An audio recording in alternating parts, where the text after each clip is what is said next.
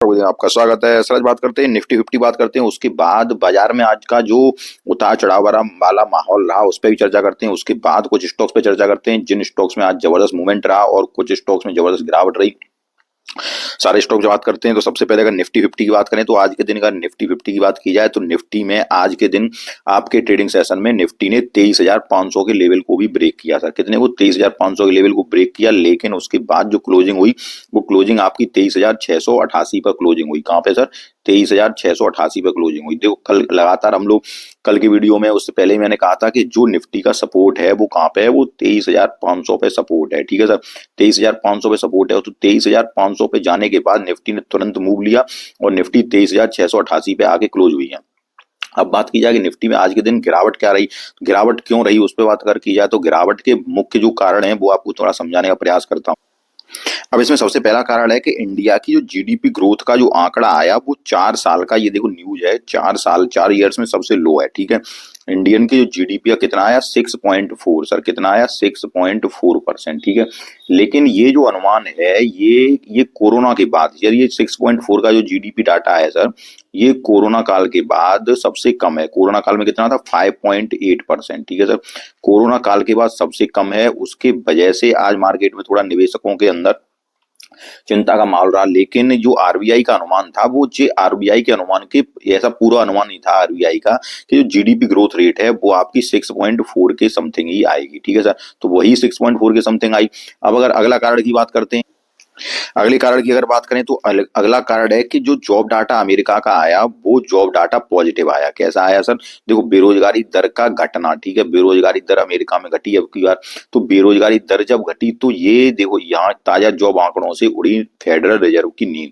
अब इससे क्या हुआ कि जो जो इसका मतलब बेरोजगारी दर जो घटी है, इससे क्या हुआ कि आगे निवेशकों के अंदर ये एक अंदर ये चल रहा था कि फेड की तरफ से क्या होगा, फेड की तरफ से रेट घटाई जाएगी, जो जो फेड की तरफ से जो ब्याज दरें घटाई जाएंगी, तो उस पर थोड़ा सा पूर्वानुमान थोड़ा ये था कि घटाई जाएंगी रेट, तो ये थोड़ा उस पर थोड़ा सा ग्रेड लग गया। अब ये उम्मीद आ गई कि इससे था शायद इससे ब्याज दरें न घटाई जाए, तो ये दूसरा कारण रहा। उसके अलावा जो अन्य कारण रहे, उसके अलावा कुछ अगर अन्य कारणों में देखा जाए तो एफआईआई के द्वारा लगातार बिकवाली जारी है। अगर वो आपको दिखाऊं तो देखो 7 जनवरी की ये डेट है, 7 जनवरी को भी एफआईआई के द्वारा बिकवाली की गई 1491 करोड़ की। उससे पहले अगर 6 जनवरी की दिखाई जाए, 6 जनवरी को भी बिकवाली की गई 2,575 करोड़ की। उससे पहले अगर देखा जाए तो ये देखो 3 जनवरी को भी 4,227 करोड़ की बिकवाली हुई। और उसके बाद ये देखिए आप 1 जनवरी को भी लगातार 1,782 करोड़ की बिकवाली हुई। उसके बाद अगर 31 दिसंबर को देखा जाए तो यहाँ भी 4,645 करोड़ की बिकवाली हुई। तो ये लगातार अगर 30 दिसंबर को देखा जाए तो 1,893 करोड़ की बिकवाली हुई। तो ये एफआईआई की तरफ से लगातार बिकवाली जारी है, उसका भी एक कारण रहा। ठीक है सर, एक और कारण है, एक और कारण क्या है कि कल से तिमाही के नतीजे आने शुरू हो जाएंगे। जो दिसंबर वाले जो नतीजे हैं वो आपके आने शुरू हो जाएंगे कल से। तो इसमें भी निवेशकों के अंदर ये चिंता का माहौल है कि किस प्रकार के नतीजे कंपनियों के आते हैं, तो उस वजह से भी थोड़ी बिकवाली का प्रेशर रहा आज के दिन। अब अगर बात करते हैं तो अब देखो अगर निफ्टी पे फिर से बात करते हैं, अगर हम निफ्टी फिर से बात करते हैं तो निफ्टी पे मैंने कल की तरह फिर से आपसे यही कहूंगा कि निफ्टी के पास जो आपके लिए सपोर्ट है वो कितना है, 23,500 का एक मजबूत सपोर्ट है जहां से आज निफ्टी वापस हुई। उसके अलावा अगर रेजिस्टेंस की बात की जाए तो 23,800, अब तो 23,500, 23,000 लगभग कितने पे ट्रेड कर रहा है आज, 23,688 पे। अगर 23,800 के ऊपर निफ्टी निकलती है, रेजिस्टेंस कितना हो गया आप 23,800 का, और अगर 23,800 के ऊपर निफ्टी निकलती है तो आपको 24,000 की तरफ निफ्टी जाते हुए दिखाई देगी। ठीक है सर, ये उसके कुछ रेजिस्टेंस और सपोर्ट हो गए। अब हम बात करते हैं कुछ स्टॉक्स। अब हम बात करते हैं शक्ति पंप की। मैं रूप से अगर शक्ति पंप की बात करूं, इसके ऊपर सर मैंने पहले भी वीडियो बनाया है और कई बार वीडियो बना चुका हूं, और जिसमें मैं आपको बता चुका हूं जब से ये स्टॉक लगभग 2 महीने पहले भी, मैंने 2 मंथ पहले भी इस पे वीडियो बनाया था, तभी मैंने कहा था कि ये स्टॉक यहाँ से एक बम्पर रिटर्न देने को तैयार है। फिर से जब इसने स्टॉक ने बोनस और स्प्लिट का ऐलान किया था, उसके बाद जब ये 5,000 के लेवल से फिर 1,000 के आसपास ही आया था, तो वहां से फिर मैंने जब कहा था कि ये स्टॉक फिर से ऊपर की ओर ही जाने वाला है, तो वैसा ही स्टॉक में हुआ और लगातार स्टॉक में तेजी जारी है। आज के दिन एक न्यूज और थी कल के दिन की, उस वजह से भी एक लगातार तेजी जारी हुई, लगभग 5% का आज के गिरते हुए मार्केट में भी सर्किट लगा। क्या था कि एक ये QIP लेके आने वाले हैं, ये देखो QIP कितने की है, 400 करोड़ की QIP, जिसपे कि ये QIP से अपना फिर से फंड रेज करने वाले हैं। तो इस वजह से भी निफ्टी में आज जबर इस वजह से भी शक्ति पंप के शेयरों में आज के दिन 5% का उछाल आया। अब अगर अगर शक्ति पंप की बात करें, क्योंकि काफी लोग मैसेज करते हैं कि अब सर क्या एंट्री ले सकते हैं, अब सर क्या एंट्री ले सकते हैं, तो अगर टेक्निकल की बात करें, देखो फंडामेंटली गुड कंपनी है, फंडामेंटल कंपनी का बहुत ही जबरदस्त है, ठीक है सर, फंडामेंटल बहुत ही जबरदस्त है, कोई फंडामेंटल में कमी नहीं है स्टॉक के में। अब क्या करना है, अगर अब आपको एंट्री करनी है, थोड़ा टेक्निकल देखते हैं। अगर अगर टेक्निकल की बात की जाए तो देखो RSI कितनी चल रही है, RSI 81.3 की चल रही है, जो कि स्ट्रॉन्ग ओवरबॉट जोन में दिखा रही है। MFI इंडेक्स की बात की जाए तो वो मिड रेंज में चल रही है, कोई दिक्कत नहीं है, लेकिन RSI 81.3 के लगभग चल रही है, ठीक है सर।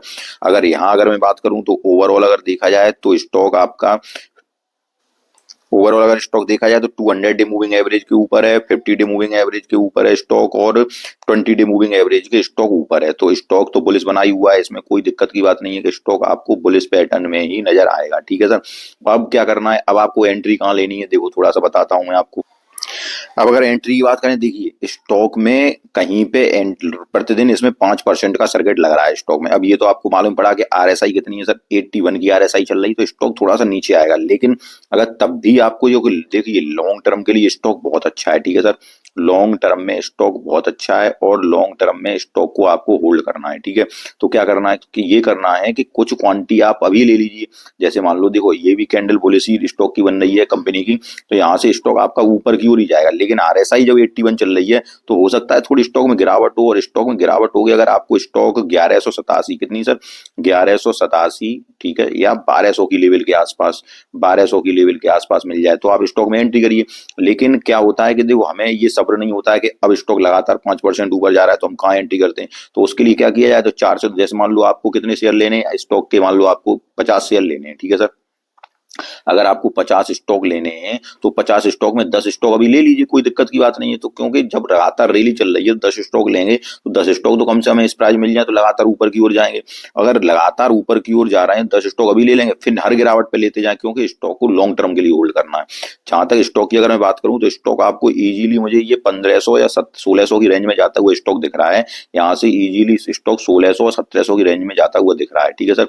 अब देखते हैं कि स्टॉक कहाँ, ये स्टॉक नीचे की ओर आता है, कहाँ इसमें एंट्री की जाती है। लेकिन अगर ये 1200 के आसपास अगर स्टॉक मिल जाए तो बहुत ही अच्छा है। अगर वहां नहीं मिल पा रहा है तो आपको जब मौका मिलता है तो 5 या 7, मतलब 4-5 बार में स्टॉक को लेना है तो कुछ स्टॉक आप ऐड कर लीजिए, कोई दिक्कत की बात नहीं है, क्योंकि कंपनी फंडामेंटल बहुत ही जबरदस्त है और कंपनी में कोई प्रॉब्लम नहीं नजर नहीं आती है, ठीक है सर। अगले स्टॉक की बात करें, अगर अगले स्टॉक की बात करें तो अगला स्टॉक सर डिक्सन टेक्नोलॉजी है। अब डिक्सन टेक्नोलॉजी की बात करें स्टॉक की, तो इस स्टॉक को अगर देखिएगा कि आज के दिन क्या हुआ, इस स्टॉक में आज के दिन एक जबरदस्त गिरावट हुई, और ये गिरावट ये देखिए कहां तक आई, 16,905 तक आई। गिरावट क्यों हुई, गिरावट का कोई भी बड़ा कारण नहीं है, केवल एक छोटा सा कारण निकल के आया कि टाटा ने एक घोषणा की कि अब हम भी सेमीकंडक्टर में, किसमें सर, सेमीकंडक्टर और और आपका क्या है, इलेक्ट्रॉनिक मैन्युफैक्चरिंग में उतरने वाले हैं, और 8 नई कंपनियां खोलने वाले हैं। कितनी सर, 8 नई कंपनी खोलने वाले हैं। इस वजह से क्या हुआ, इस न्यूज की वजह से क्या हुआ, अब यहाँ पे आप देखिएगा कि यहाँ पे टाटा के जो समूह ने मंगलवार घोषणा की कि इलेक्ट्रॉनिक और सेमीकंडक्टर में 18 अरब डॉलर का निवेश करेगी, ठीक है, और अगले 2 वर्षों में 9 नए कारखाने खोलेगा। अब देखिए मार्केट केवल इस पर एक न्यूज बेस्ड गिरावट हुई, इसमें कोई भी बड़ा कारण नहीं था कि क्यों गिरावट हुई, केवल एक न्यूज बेस्ड गिरावट हुई जिसमें कि टाटा ने घोषणा कर दी और डिक्सन टेक के शेयर लगभग इतना नीचे आ गए, लगभग 7-8% तक की इसमें गिरावट आई।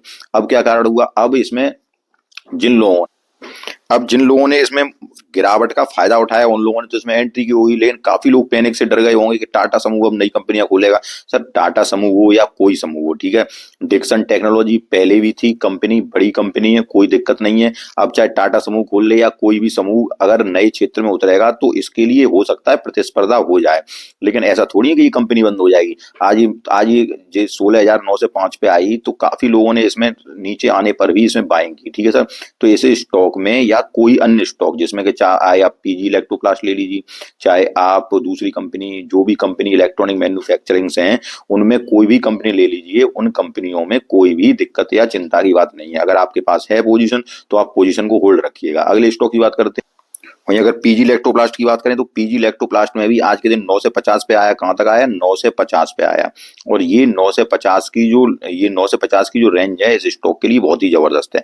अगर आपको ये स्टॉक पहले से आपने ऐड नहीं कर पाया है तो यहाँ से आप 9 से 50 और इस रेंज में 9 से 9 से 50 की रेंज में स्टॉक को आप धीरे धीरे ऐड करते रहिए। ये स्टॉक आपको बहुत जल्दी 1500 की लेवल के ऊपर दिखाई देगा। एक बेहतरीन स्टॉक है। इलेक्ट्रॉनिक मैन्युफैक्चरिंग के जो भी स्टॉक्स हैं इन स्टॉक्स में आप एंट्री करते रहिए और ये स्टॉक आपको बहुत ही अच्छी प्राइस पे नजर आने वाले हैं। आपको अगर इनको मात्र कुछ ही दिनों में ये स्टॉक डबल हुआ है। अगर आप इसको एक साल और रखते हैं तो ये स्टॉक आपको इजीली 2000 के आसपास जाते हुए दिखाई देंगे।